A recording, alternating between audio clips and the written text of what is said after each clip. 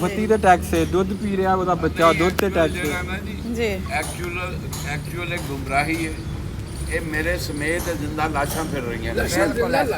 पाकिस्तान जिंदा लाशां का एक कब्रिस्तान है। इन्हां दा जिंदा रहना या मर जाना एक बराबर के समझ।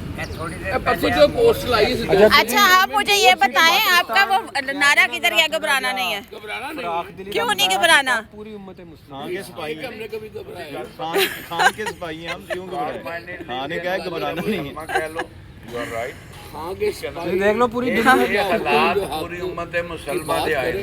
कोई अल्लाह कोई दे हुक्म दे नाल आए। कोई एक मुल्क भी ਤੁਸੀਂ ऐसा नहीं कह सकते जिथे ਤੁਸੀਂ कहोगे नारा लगाया है। अच्छा आज यहाँ क्यों बैठ गए? पंजाब असेंबली तो वो है, यहाँ क्यों बैठ गए हैं? इस वक्त ਅਸੀਂ ਨਾ इंतजार कर रहे हैं। इस्लाम ने ना अच्छा। बड़ा तंग नजर बनाता है, खास कर ਸਾਡੇ उलमा ने। सामने गेट है।